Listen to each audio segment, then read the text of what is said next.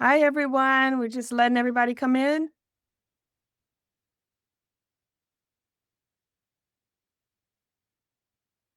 Hi, evening.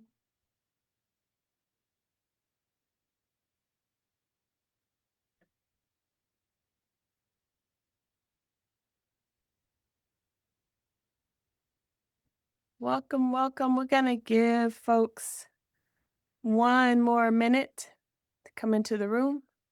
3. I was told like a 3 minute. Oh, here we are. We're 7:03. So, good evening, everyone. I am Dr. Stacia Solomon.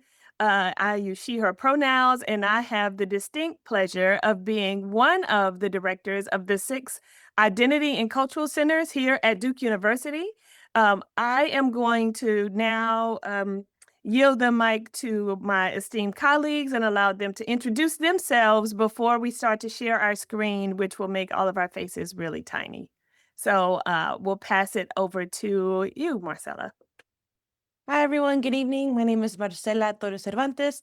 I'm the director for the Center for Multicultural Affairs and use she, her pronouns. It's a delight to meet all of you this evening, and I'll pass it over to Joyce. Hello, everyone. It's good to be with you tonight. My name is Joyce Gordon. I use she, her pronouns, and I'm the director of Jewish Life at Duke. And I'm going to pass it to my colleague, Angel. Good evening, y'all. My name is Angel Colley. I use he, him, his pronouns, and I'm currently serving as the director in the Center for Sexual and Gender Diversity. Glad to see you all here tonight, and I'll pass it to my colleague Joshua. Hello, everyone. My name is Joshua Salam, and I am the director of the Center for Muslim Life, and I am happy to be here with you.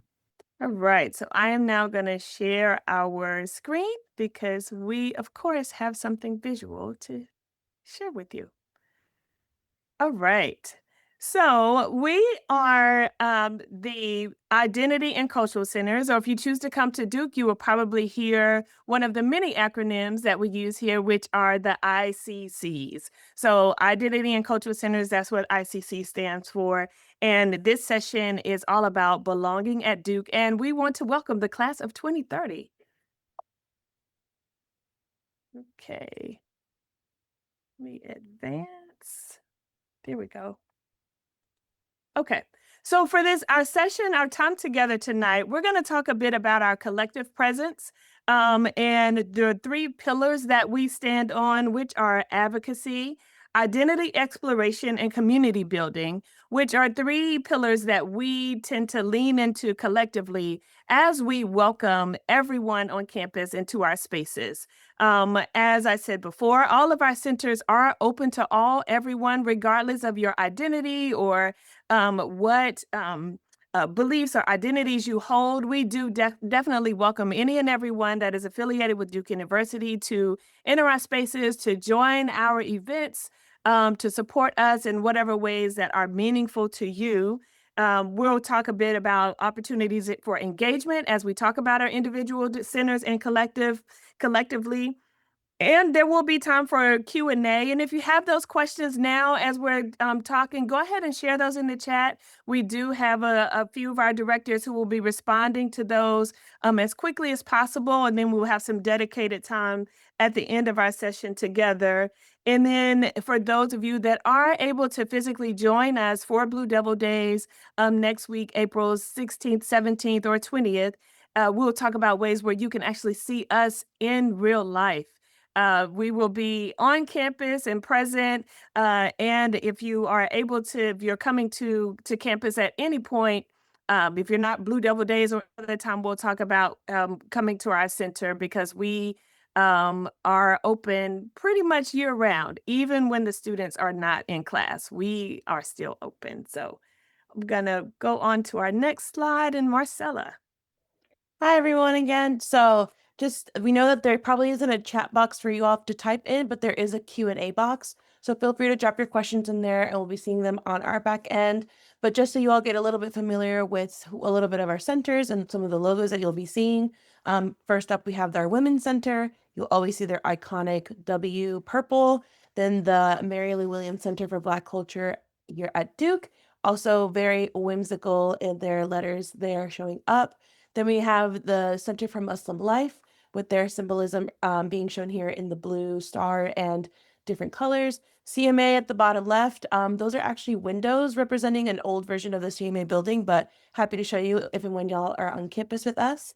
Followed by Jewish Life here at Duke. So you'll see that David Starr being highlighted there on the side. And then the Center for Sexual and Gender Diversity. We have our spectrum colors here present for all of you. So lots of different images, lots of colors, but lots of rich story here. And as Stacy mentioned earlier, we are a part of the Identity and Cultural Centers Collaborative. We have a lot of shared missions. We do identify with different groups, but we serve the whole university campus and community in many, many different ways. And so we're excited to work with y'all, learn with y'all, and see where we go next. So I will pass it over now to Joshua so that he can talk a little bit about the Center for Muslim Life. He's featured here in the slide as well. Thank you. Thank you. That's me up front. And this is actually one of our activities at the Center for Muslim Life. We also are an organization on Duke's campus that brings people in no matter who you are. We have almost everybody in our center from not only all over the world, but different faith groups as well, as opposed, and in addition to people with no faith. So Buddhist, Hindu, Muslim, Jewish, guess sometimes Christian, and seekers come in to experience Muslim life and what it's all about. We have weekly events, about 2 or 3 weekly events, including the Friday prayer service. And we have signature events like the Welcome Back Barbecue and the Ramadan program, where we feed almost 150 to 200 people every night during the month of Ramadan. We have trainings that we do to inform the community, whether they're staff, faculty, or students, what Muslim culture is about, some of the issues that Muslim students go through. So we're located in Few. It's a building right across from the dining facility, the Broadhead Center, also known as WU, across from the Allen Building, and right by the bus stop. So you should be able to find us. And if not, please send me an email, joshua.salam@duke.edu. Thank you. And shall I pass it to, what's the next slide?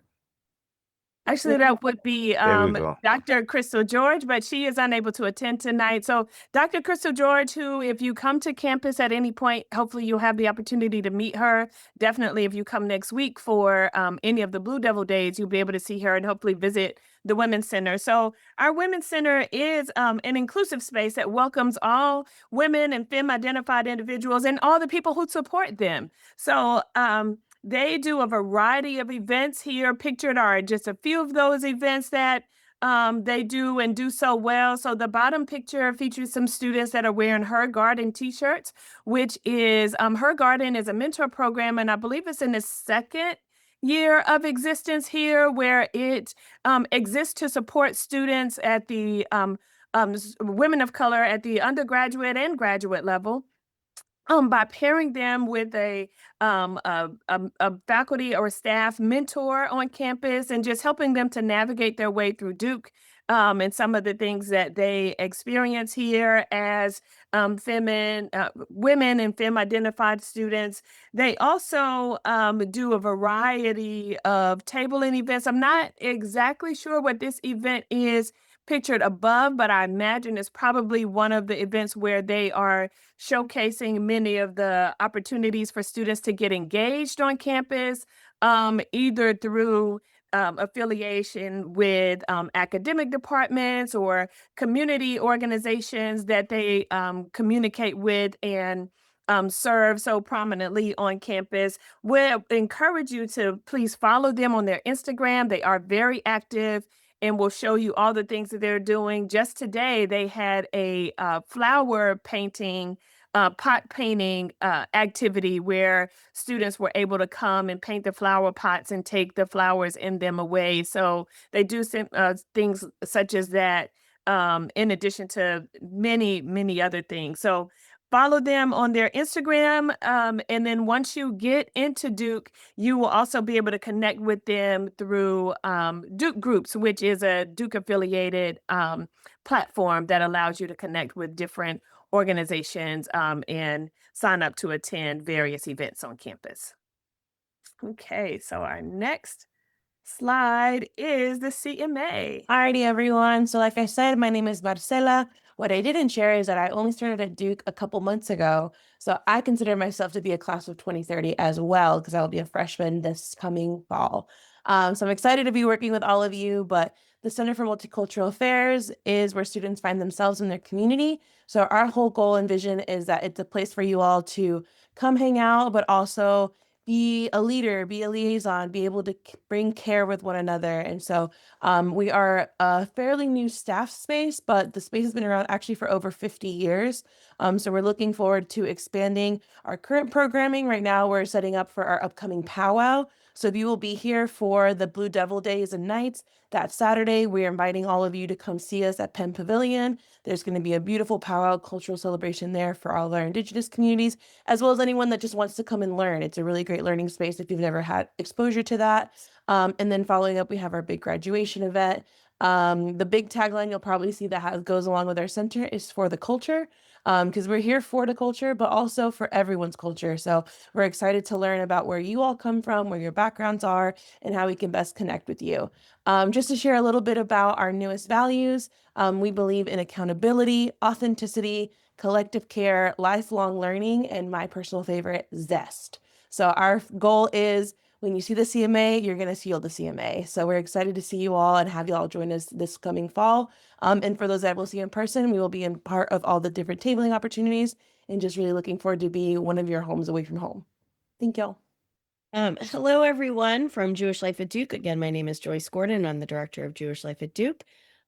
Jewish Life at Duke is Duke's hub for all things Jewish, but similar to Brother Joshua, students of all faith traditions and no faith tradition find community and come to programs and activities with Jewish Life at Duke. We welcome every member of the Duke community, and we see just as many non-Jewish students as we see Jewish students in our programs during the year, because we take a lot of attendance. We are an accredited Hillel, a Jewish campus center, as well as a department within Duke University.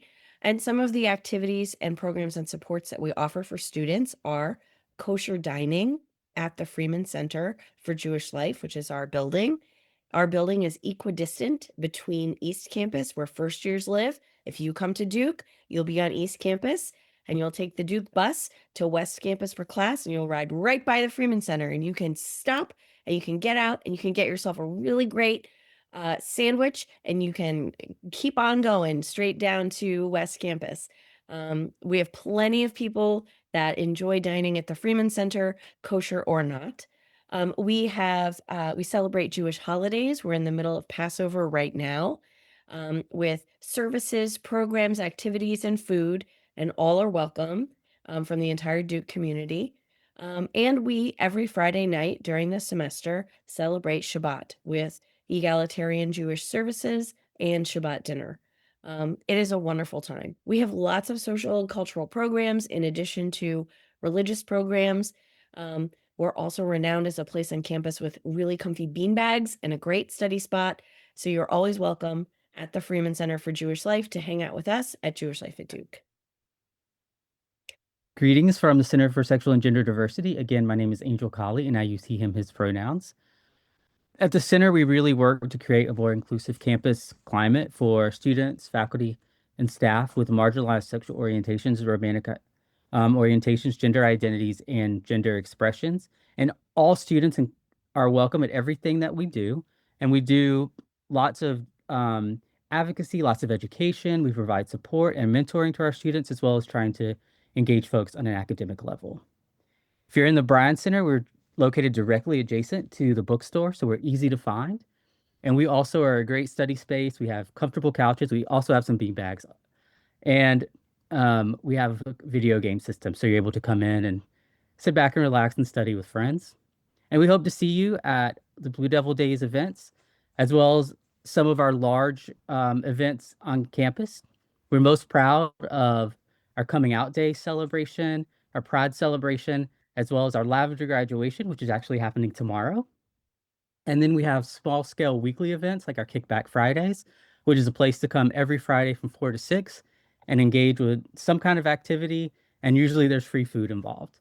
So we'd love to see you at the Center for Sexual and Gender Diversity. Okay, and I get to wrap up the center conversations with the Mary Lou Williams Center for Black Culture. Again, I am Dr. Stacia Solomon, use she, her pronouns, and I have the pleasure of directing this phenomenal center that is going into its 43rd year of existence. So, yes, we are very excited about that. So, we exist on campus in the Flowers building. We are physically adjacent to the Duke Chapel. So I'm sure if many of you have visited campus, you probably did not leave before you went and got your picture in front of the chapel with the chapel behind you. And I want to tell you, when you did that, you were very close to the Mary Lou, or what we affectionately call it on campus is just the Lou. So Mary Lou Williams was actually a jazz musician who was an artist in residence here in the late 1970s. And after she passed here in the early 1980s, and the students and this center came into existence, the students were asked who they wanted it to be named after, and it was Mary Lou Williams, because of her presence and how she fostered relationships with students on campus. So they wanted her legacy to live on in this way. So we honor her presence by continuing to live out her legacy in a way that fosters community and belonging and brings joy in all forms. And while we also center the Black experience here on campus, we are open to all, and we definitely embrace every culture that decides to come into the center. We have a variety of programs, and one of which that I want to make sure you are aware of if you are coming to Duke as a incoming student is our On the Way program, and that is a program that will happen during fall break of this year, and it is designed for students to come together and learn a bit about themselves in just all of the strength and all of the assets that they bring with them as they come into campus. And that also includes a trip where we go down to Charleston, South Carolina, and visit a museum and a few other historical sites, and just have an opportunity to engage and learn and grow in ways that are meaningful to you. So I want to put that on your radar now, just in case you are already committed to Duke. I got you an opportunity for fall break. And guess what? You don't have to pay anything to participate in that event. So come on and go with us on the way. Please do follow us on our Instagram. We are very active. And it will actually give you a taste of what you can expect when you come here. We also do have a biweekly newsletter that if you visit our website, you can sign up there in order to receive that newsletter. And again, Duke Groups is, once you are affiliated with Duke, come in, then that is our internal platform that will allow you to sign up for activities and events there. The angel, Dr. Kali. We hope that this has been a great additional introduction to all the identity and cultural centers at Duke. We're so excited to welcome the newest class of Blue Devils, so come see us and engage with us. And now I'll be moving into the Q&A section. Yep, and we already have our first question, so I'm going to read it out loud for everyone to know. But it is, I was wondering if there's opportunities to get involved leadership-wise at any of these organizations, or are these centers largely coordinated by staff and serve as more of a resource for students? Are there any kind of leadership boards, etc.? Would anyone like to start? I feel like we all have a solid answer for this. Joyce, I see your little face. Let's go. The answer is yes. I can't say yes in it with a capital Y, a capital E, and a capital S. All of our centers and all of our staffs at our centers, we advise student groups. And I think between all of our centers, it's several dozen student groups that we advise that provide all kinds of leadership, advocacy, learning, education, programming, community building. And so there's absolutely opportunities for students to be involved in the student groups that we advise. Also, all of our centers hire students. And our student hiring isn't merely a go make this photocopy. This is a real leadership opportunity. These are ambassadors. I'm thinking about the ABLE ambassadors with the Mary Lou Williams Center. And these are ambassadors and leaders within these student communities that have real leadership training. There is a leadership curriculum that students that work with our centers go through while they are working with us to develop their own leadership identity and their leadership story and their leadership skills. And so there are plenty of ways to be involved as a student leader and to grow those skills, to grow that passion, and to grow one's resume while being engaged with our communities. We have another question here in the chat. Shimon asks, "What kind of interfaith dialogue programs exist at Duke?" Brother Joshua, would you like to take that while I take a sip of my Yeah. tea? Thank you.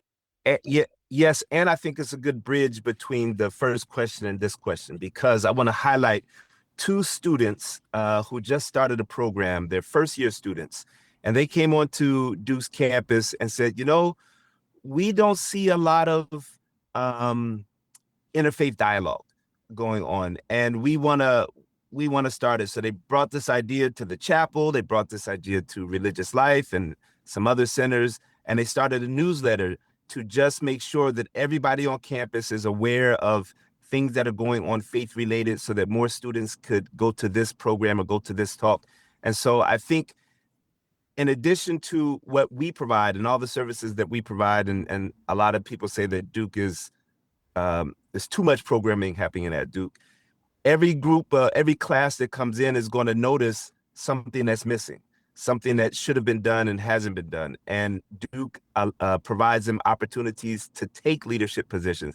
Doesn't have to be involved with any of our centers. It could just be an initiative that you come up with to say that I want to do something.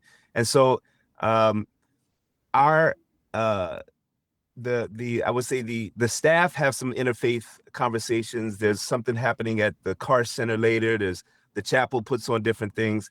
But as far as the students' interfaith dialogue, it's been hills and valleys. Sometimes a professor would have something. Sometimes there's been a leadership, an LLC, living and learning community that would be people living together, talking about faith. That's happened on different occurrences in my career here at Duke University, but it hasn't been as sustained. And so we're hoping that this new effort by the students, student-led, will be, the baton will be passed from class to class to keep it going. Okay, there's another question in the chat. I'll just read it out. Can we start another cultural group that doesn't exist yet? Like, for example, I'm very active in my Greek culture and compete in Greek dancing competitions. Would I be able to bring that to Duke? Joyce has already answered this. And Alexa, there is a Greek dancing group. Blue Angels Greek Dance is a student group that already exists. But if you do get here and find a gap, to Joshua's point that he just made, there is a department called Student Involvement and Leadership, and they actually oversee all of the student organizations and all of the rules and regulations that govern those. So if you do find a gap in, I can't even remember how many hundreds of student organizations that exist at Duke, but there is a process to create 600. Thank you, Joshua. There is a process to creating what you may be missing and decide to bring to the Duke community. During the Q&A about, is there a limit to how many of these groups you can join, or what are the commitments like? Things like a dance group will likely have a lot more commitments because you have practices, auditions, performances, etc. Other groups meet once a month. Other groups just have kind of drop-in. So it really depends on what you want. But what I will offer, especially as first-year students, is let yourselves be first years, right? I hear a lot of you wanting to jump into leadership roles, but truly, I cannot tell you how important it was to just let myself learn, understand, and then flake on some groups I didn't want to anymore. Truly give yourself that space to learn, so that then whenever your sophomore and junior years come around, that's when you can take on a little bit more. Once you're more comfortable, you understand your course load, because Duke is wonderful with all of its opportunities, but I also know these students are studying, okay? So don't, pull your plate, and that's something that you'll definitely learn throughout your freshman year, and everyone has gone through it, so don't worry, but just make sure that you're taking that time for yourself, giving yourself time to learn. And then, whenever you're ready to jump into leadership, we're always excited to welcome y'all in. I want to note another question that was in the chat about our intern and ambassador and student leader roles that work in our centers, if it's a work study opportunity or not. For many of our centers, I think for all of our centers, we accept work study students. And then for some of our centers, we also accept students that don't have work study. So it just varies based on the center and the position itself, which you can look up when you come to campus in Duke's student employment website, JobX. So you will find a path. There are many student opportunities on campus. Yes. So I'll read out the next question. Do you no, sorry. Do you all attend diversity leadership conferences? I attended SDLC, Student Diversity Leadership Conference, my junior year of high school, and I was hoping to attend a similar conference in college and elevate our topics of conversation. Who wants to take that? I can just jump in quickly here. Okay. So depending on the conference, but usually we're excited if a student says, "Hey, I want to go learn," we may not necessarily take like a cohort of students to one particular conference because there truly are so many opportunities, both locally and nationally, and sometimes internationally. But if a group's able to come together, really give us a pitch for why they want to go, maybe come up with some funding on their own, we offer the other funding, like we will find a way to get you the opportunity that you want. So specifically one on diversity and leadership conversations. We will also likely be hosting several opportunities for you right here at Duke's campus, given our different centers and our different knowledge banks and faculty that you have access to here. But if there's something that's going on in another place, let us know about it, see how we can get plugged in, see who else we can invite to join. But yeah, that's definitely something that's totally doable once you're here on campus. Yes. And just to add on to that, there are a lot of times students through their organization involvement, there may be some professional development, conference engagement types of activities that then they then choose to go to together. So there are opportunities for you to build your connections both inside and outside of Duke. I can't express enough or support enough what Marcella just said about all the things that take place on campus. So there will be some things that'll be right here on your doorstep, and then other things that may be further away. So the next question, do you recommend joining clubs or groups before coming on campus, especially before freshman year? And if so, how do you join and connect with groups, opportunities like the National Society of Black Engineers? So I'll start with this. As first year students, there will be what is called the Duke Groups Fair. That will take place very soon after you get to campus. And that is your opportunity to see a a lot of student organizations and get to walk around and engage with students that are in those organizations. So I would say, just enjoy the rest of your senior year and the summer before your senior year, because trust me, the train that you're going to board when you get to Duke is going to wait for you. And as soon as those doors close, it's going to take off. It's not going to leave without you. No need to join beforehand, though. There will be room for you in the fall and plenty of opportunities for you to know about those opportunities when you get here in the fall. It's going to be right there at your doorstep. I just want to also echo something that Dr. Solomon mentioned. You actually can't join a Duke club until you're a registered Duke student.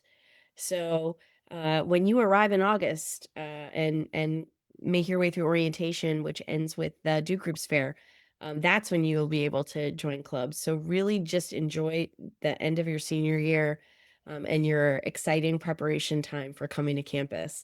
And then they will be so excited to meet you, the upper class students, at the fair and to get you involved. Okay. Did we exhaust all of our questions? May have. Can I ask a question to my colleagues that a lot of first years uh, ask sometime usually in the spring of their first year? Yeah.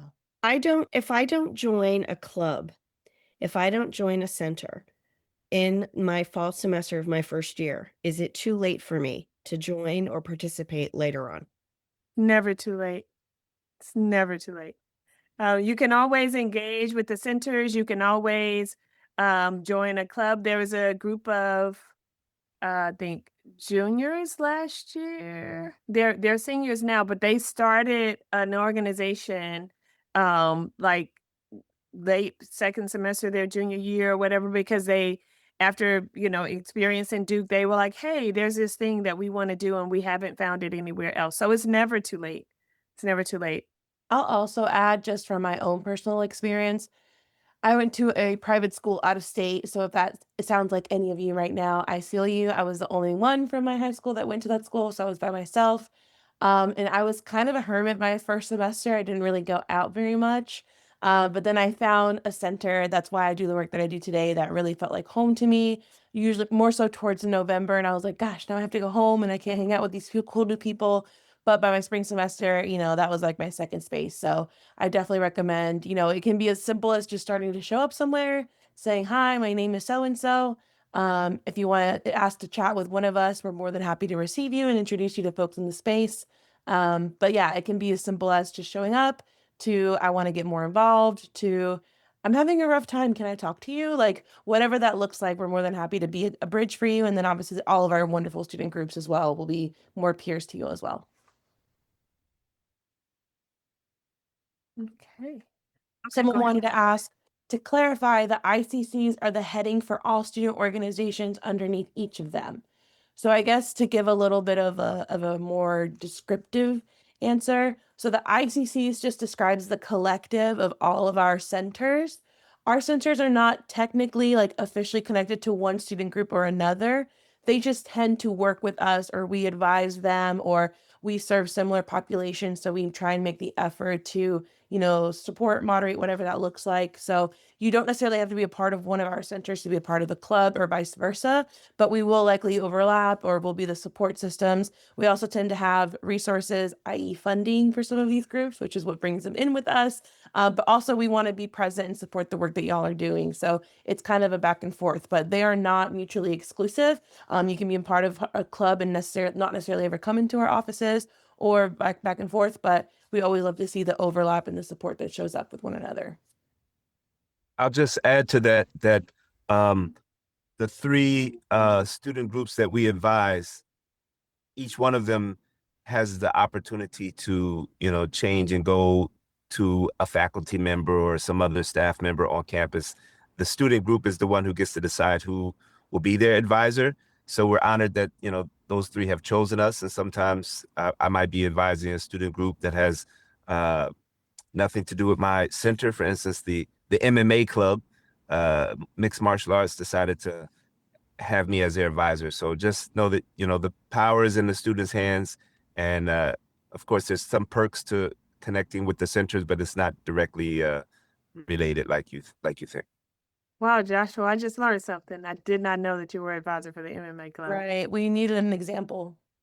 All right. Okay. So if you are coming to campus next week for Blue Devil Days, what I mentioned in our intro, or if you missed it, we will be hosting an ICC info fair every day. So Thursday, Friday, or Monday, regardless of which day you come, we're going to be in the Bryan Center at the landing. And it looks like this. This is the picture. I think the furniture has changed. They updated the furniture, but the area looks the same. The sign is still there from 11:30 a.m. to 1:15. Just please come through. You can see us. We will be at our tables. If it's not us specifically, it will be someone from our team that will be able to talk to you and answer any individual questions that you may have.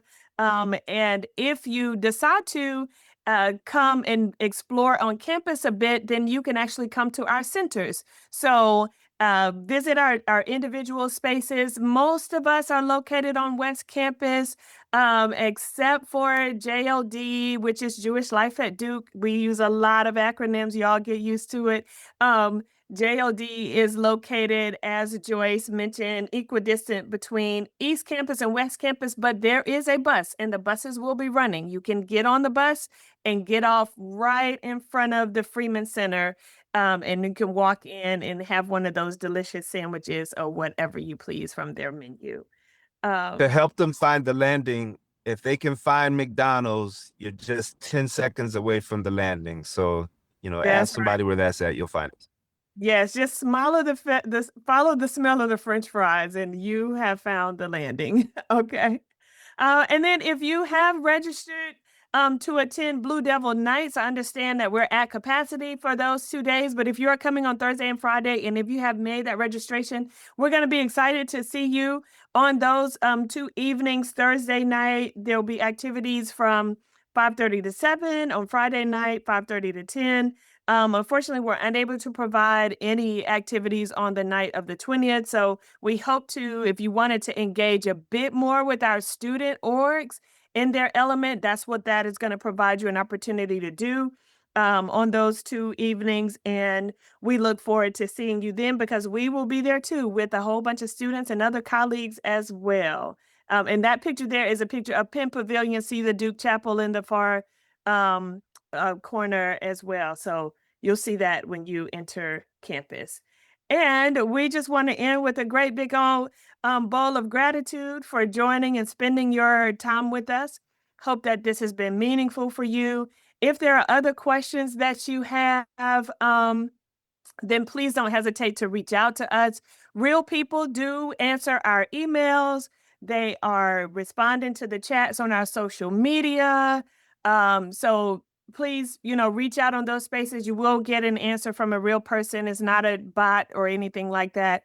And we are happy to answer your questions and meet your needs. So does anybody have any parting words before we wrap up? Joshua, like you got something to say. Go ahead. Yeah, just to one of the questions that once you get settled on campus, get familiar with Duke groups. And Duke groups will let you know what's happening on campus and our centers and with other student groups. So there will be plenty of other opportunities to gather, to get to know one another. If you missed it, if you can't come to Blue Devil Days, I mean, I don't want to talk you away from coming. I mean, you got to come, you just got to come. But in the unlikely event, series of unfortunate events that you cannot make it, stay connected to Duke groups and you will find. I do also want to say one other thing. If you have committed to Duke, or if you're thinking about committing to Duke and you're about to commit to Duke, once you commit to Duke and Duke knows who's in the class of 2030, you will start over the summer getting all kinds of really excellent communications in your Duke email.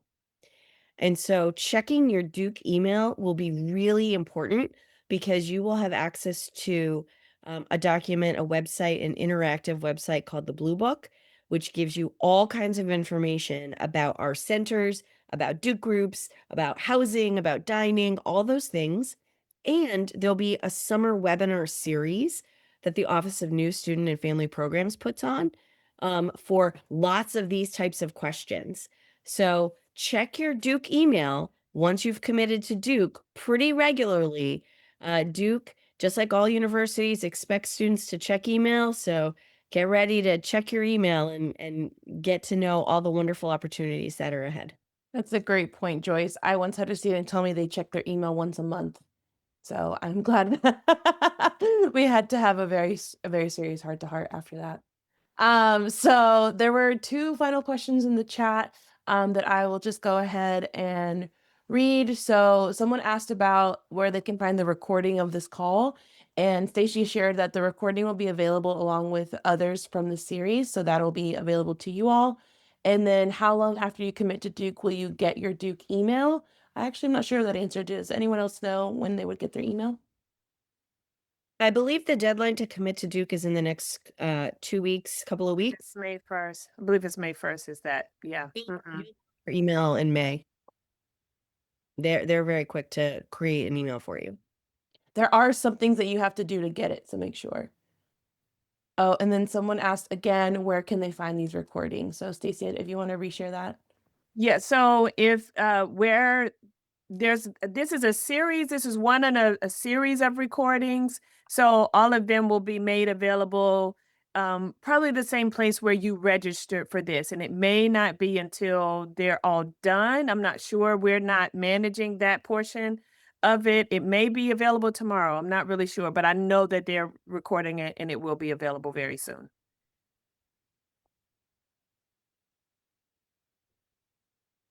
All right. Well, thank you all so much. Hope everyone has a great afternoon or evening or day, depending on where you're joining from. Thank you so much. And again, congratulations on your acceptance to Duke.